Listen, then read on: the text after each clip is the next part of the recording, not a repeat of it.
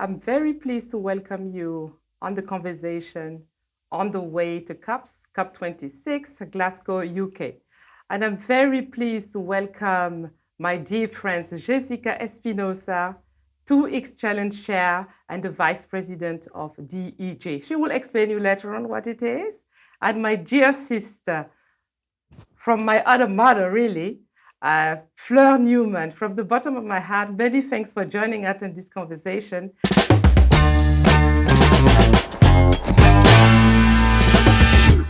So, Fleur, I really would love to hear from you about the discussion is going on, and also at the moment we have the G7 discussions about how the gender lens is going. And so, as we promised to don't use big words, can you also explore and give us what does mean gender lens? Thank you for joining us. Really, we much appreciate it. Floor is yours. Climate change. In other ways, it's quite simple. We live in a planet that has planetary boundaries, and we are living beyond those. So the way in which our ecosystems work rely on a certain balance, and we have disrupted that balance by the use of fossil fuels in our development, and predominantly. So it's a systems issue, and gender is related because it's a human issue. And anytime there's a human issue, there's going to be different perspectives to it. So, and climate impact people differently depending on where they live, what their responsibilities are in life. And that is also gendered. So in many respects, in many parts of the world, women and girls are primarily responsible for food, for energy, for water gathering. And all of those are being impacted by climate change. So if we don't pay attention to the existing inequalities, we're just going to create, as we move into a new greener economy, we're going to recreate the same inequalities. So I really like what you say to pay attention on gendering it, and that, for instance, your dad if your mom, they have the same degree, for instance, that the salaries might be also the same. That is what it means gender balance. Jessica, she's a young woman who's walking the talk. As I told in the introduction, she's the chair of the 2X Challenge. So 2X. Jessica, can you give us some insight about your project, your initiative 2X Challenge for our young ladies on the floor here? First, let's look at some of the gaps. You pointed out the gender pay gap, and there are a lot of economic gender gaps. So women's labor force participation, the unequal care burden that women and girls shoulder, the pay gap, salary pay gap. And if we look at all of those economic opportunities worldwide and at the current rate of progress in closing these gaps, the World Economic Forum estimates that it will still take more than 100 years. It's a crazy number that is calculated every year. So I think at the moment it stands at 257 years that it will take to close these gender gaps in the economy globally. At the same time, McKinsey has calculated that the global GDP would be 28 trillion US dollar bigger if women had the same economic opportunities in the labor market as men. And that is why economists sometimes call women as the largest emerging market. And Fleur, do you think that are we taking off finally with the G7, with the G20, and the Lima framework? You know, when we use the terminology G, stand for governments. G20, then you know this is 20 biggest economies, countries that comes together with a plan. The G7 is the 7 government, the 7 richest countries coming together. When Jessica was talking about the SDGs, is standing for Sustainable Development Goals. That's we need to go more and more sustainable on our daily life, what we are doing. Yeah, so it's a 5-year work program, and so we're now in the second year, Yeah. and it covers different areas. So it covers things like finance, and it covers capacity building and communication, and coherence. Jessica, your take on this one? How how are your organization? Of course, you have different hats. The hat on the vice president of the German DEG, and also the chair of the 2H challenge. How, for instance, continue on the what Fleur just said to regards to entrepreneurship. For instance, what are your organization, or can you share with us also concretely that people can get the essence on what it is, gender lens, gender investment lens, so that means for us. Yes, very happy to. So when we started the 2X challenge at the G7 summit in 2018, there wasn't a clear definition of what it means to invest with a gender lens and how the private sector can invest into women's empowerment. Okay. And so we created the 2X investment criteria, which are today a global standard for gender lens investing. At the moment, the finance gap for women entrepreneurs in emerging markets stands at $1.7 trillion. Okay. That is, it's a huge gap, but also a huge investment opportunities. We are working with local partner financial institutions, and we help them to identify this market opportunity and to develop products and services that are specifically tailored to the needs of local women entrepreneurs. So how, and I think that the trillions, the 1.7 trillions, and I like the word that you say, it's opportunities. That's how you guys here, Anna and Sophie, that you are the opportunity. You are our opportunity. So in Zambia, we worked with a big financial institution that is a leader in agri-finance. Okay. And we helped them design a product, a credit product specifically for women entrepreneurs in agribusiness. So these are very small businesses that often have, very green businesses in agriculture and sustainable agriculture. And so together with the bank, we really looked at the needs of these entrepreneurs and then designed a credit product that does not require the traditional collateral, but either does not require any type of security or an alternative collateral, like, for example, inventory that women entrepreneurs Yeah, coming back with what you say, that we're opportunity, and that so it's a value add there, because for the banks, of course, I often used to say that we the women, we are AAA, but we do not benefit on the AAA rates, and that's what the 2X challenge stand for. And I think that is really the future going forward, that banks and financial intermediaries don't only support women entrepreneurs with finance, but also with access to market, with additional training, contacts, and all of those additional services that are necessary. The idea here is to highlight some of the key issues, the key areas that are of concern and have been identified as of concern for youth around the world. It's looking at the, again, different aspects of the economy, and this will be an opportunity for these youth delegates to talk about it and come up with ideas that they'll then present to ministers at pre-COP.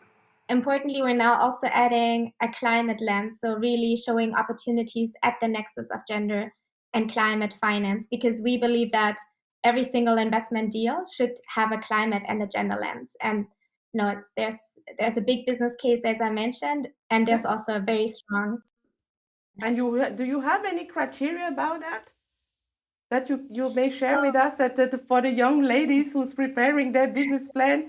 On the gender lens side, we encourage businesses, also those that are founded by women. Of course, they already at the moment qualify as gender lens investments, but we encourage them to also look at the way they design products and services, that they are gender smart, and the way they create employment, that they create equal opportunities, for women, for also green jobs, that they create new jobs in the green, with a green focus.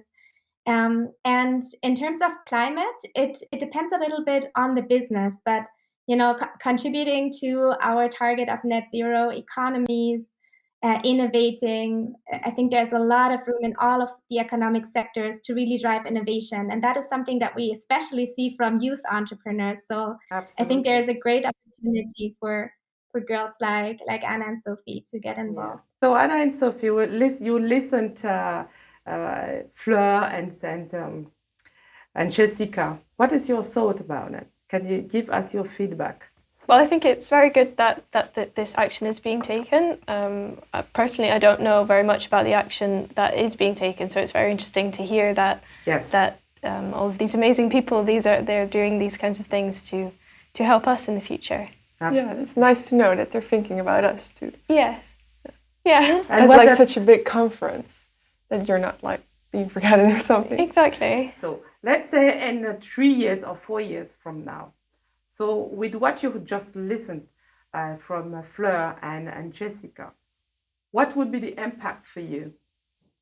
Well, I think it would be like better for us if we would like to start a business for ourselves. Yeah. And I also think that as they are now already thinking about the climate actions we need to take, it will be easier for us in the future to not have to worry about those kind of things. Yeah. Yeah. How about you? Yeah, especially with the climate action, with the focus on that, I think that's very important, because maybe I don't want to start my own business, but I do think it's important that especially other girls and women, that they would have those opportunities. You mean that when you go to apply for a job, you will be a kind of thinking, you will have in the corner of your mind, say, well, and how about for us, let's say you are 40 years old, you already made your babies, you find your Prince Charming, and you're married. So, and your babies, you're staying home to raise them. How are you doing? Well, I think that with this, it will be easier for women to combine a job with being a mother. Yeah. As for example, my mom, she took off time from her work to take care of me and my sister. Yes. But I think that maybe she would have liked it to continue a job. Yeah. Because for most people, their job is their passion. When working from home and being online, it's even more stressful as you're with your kids all the time. And instead of taking them to the daycare, I think it's more stressful for women. And it's another level added to what they're already doing. So we see a major new trend that has been especially catalyzed with COVID, where we see a new investment trend in the care economy. So to invest more in care infrastructure, in childcare services, also new forms of promoting new forms of work that allow you to balance everything. And there are these famous 3 R's of the care economy, which I really love. And it's basically, all about redistributing and making it more equitable. And that means that women and men share, parenting equally, but also that companies and also the public sector help families to balance everything, so that you don't have to make a choice between having a meaningful career and raising a family, and you can do it and have it all. It functions because we have these amazing teachers and amazing nurses and healthcare workers. We're not valuing that sufficiently within our economy, and we also don't value the ecosystem services we get from the earth. So one of the things that really has to happen and is that we need to redo our economic system, and that's a big challenge, but it's also a huge opportunity for us Why shouldn't we have kindergartens in the building where we go working, for instance? Because and I take again the example of my little village in Campsado, that the teacher she brings her babies at school, and when is the time to feed the baby, she just took her breast out and feed the baby, and nobody's shocked about it. That is something kind of strange, that if a woman give a breast to a baby, hey, come on, it's something normal. It's give you immunity for any bacteria, and this is just a normality, And I think nobody. That's why it's important that you get involved at the early stage when you go, for instance, to apply for a job, that is part of your criteria. Do they have a childcare in the building? Well, maybe they could even start discussing it in schools. I mean, like, it's such an important topic. Absolutely. And I feel like in schools, it's just not even spoken about. No, it's just glanced over. Yeah. There's no like real focus on gender inequality. It's just something that's pushed away in a corner. Yeah. And I think that if more girls and everyone really knows more about these things and that these things can be implemented, that it would help. Yeah, it would help all of us in the end. Yeah. I even know a lot of girls, then there will be sometimes a teacher who said, like, okay, these chairs need to be removed. Can I have some strong boys? Yes. And everybody would be mad, because why can girls do it? We're as strong as boys. There's no difference. We are. No. Yeah, but that is good. But you need to stand and say, hey, come on, I can do it. Exactly, everybody would. And if I need help, so I will ask for help. But at least, let's give it a try. Yeah. Right, correct? Like, don't make the comment of saying strong boys. Just say, can I have somebody strong to help me? Exactly. And the boys, it's because has a mom, boys, our boys, they raise the same at home, and so their girlfriends are very happy. Yeah, because it's balanced. So no, I can do it. I'm going to do it. I'm going to do the grocery. I'm going to clean up. Yeah, of course, that is normality. Hey, come on. Yeah, I can be also after work be tired. So if I'm not feeling good, you will be taking over, because I learn him how to cook. Because I think it's our duty as well, when we have our boys and girls as mothers, to teach them how to take care of the household, both of them the same way. No difference. I can tell you, my brother, he knows how to, if my mother say, I want to make that dish, she even don't need to say, you need to take A, B, Y, Z ingredient. Because that was the case. And that's from my grandmother already. If you have my cousin who was saying, yeah, but Oma, I'm not granny, I'm not going to wash the plates. And my grandmother said, look at me, sit. Did the boy eat in the plate? Yes, then the boy washed the plate. Simple as that. But you know what? We're still talking about this. So yeah, you were the family. Yeah, those don't underestimate. We, the mothers, we shouldn't underestimate our influences on gender lens. We are responsible, and we need to stand for our responsibility, because we are giving birth. Whatever happens coming from our stomach. So it's our responsibility to have our kids empowered, our girls powerful, standing for their beliefs, and say, well, I want to do that job, that they can embrace it. Of course, we are here to encourage you to do that. So what are you nodding? So what do you want to say more? So we want to hear from you. Well, yeah, I Sophie. think boys, girls, and everyone in between, they should be brought up equal and should be brought up the same. Everybody should know how to do their own laundry and do their own washing up. And even at school, you notice that there's sometimes a bit of a difference between how girls are treated when they don't have their homework and when boys are treated when they don't have their homework. Okay. And I think that, yes, there shouldn't be a difference in who does this and who does that, because they're not gendered. Anyone can do the same job. Yeah, I think it's important that even when, for example, boys go off to college or to university, some of them don't even know how to do their own laundry, but girls usually do, because that was the way it used to be. But we can change that. We can make sure that boys also know how to be independent. Yeah, absolutely. And it shouldn't just be on us to teach them to do it. They should be able to, stand up and say, okay, I'll do the laundry today. They should know how to learn and to do it. And like, not being that boys can't be independent. I don't mean that, but it's not how it is right now. And that needs to change. Yeah, masculinity sometimes stands in the way of someone doing something like laundry. Yeah. And that should be removed. And it can be hard sometimes to stand up and say things, but in the end, that's how change happens. And so, and you are not alone. So it's great to hear that you are prepared to be courageous, because we need courage right now, and we need big ideas, and we need commitment to creating the world that that we all deserve and that we can achieve. It's not that it's not achievable. This is the thing. It requires political will, and it requires some commitment to changing things. But the more people who join the transformation, the better. It is really joining the transformation, and I like that you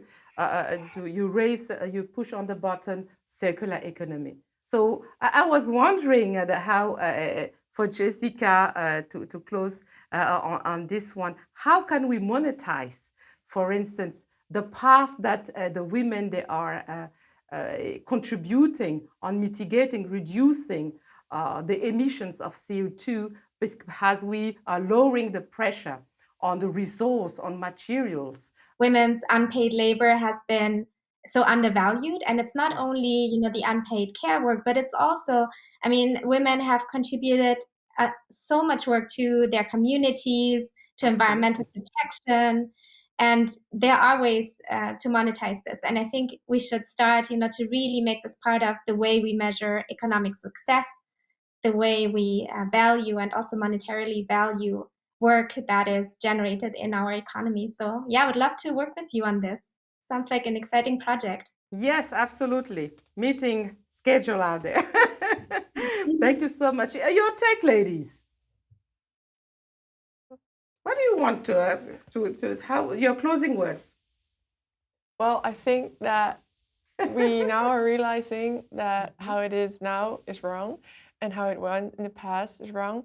But if we take action now, and I don't just mean we as youth, but everybody, that we can have a future in which is different, which there is no inequality between boys and girls. Yeah, and I think Hannah and I were both very grateful for Jessica and Fleur for paving the ways for us. And yeah, making our future and everyone's future really a nicer place, hopefully. Thank you very much for watching us, for giving us the privilege of your time. And again, I look forward to the next episode on the way to Glasgow COP26 UK. Stay tuned with us, because together we are inspiring each other and we go for implementation, because the actions counts. And don't forget this, whatever happens, be cool to yourself. And the planet will be cool to you. Thank you for watching. I'm Her Royal Highness, Princess Abze Djigma.